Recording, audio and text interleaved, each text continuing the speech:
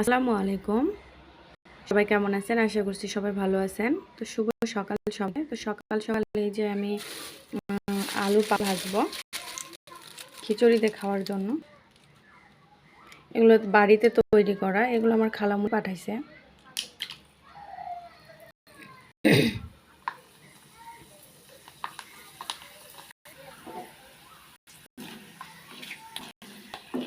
তো বাসার তৈরি আলুর পাঁপড় কিন্তু মজাই লাগে।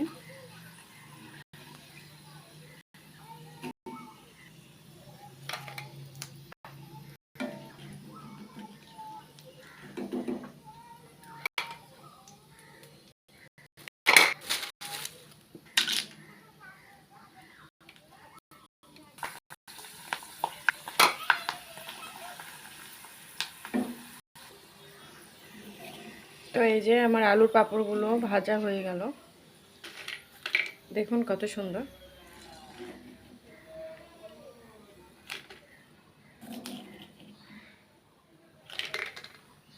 তো এই আলুর পাঁপড় দিয়ে সকালবেলা খাবো আমরা খিচুড়ি।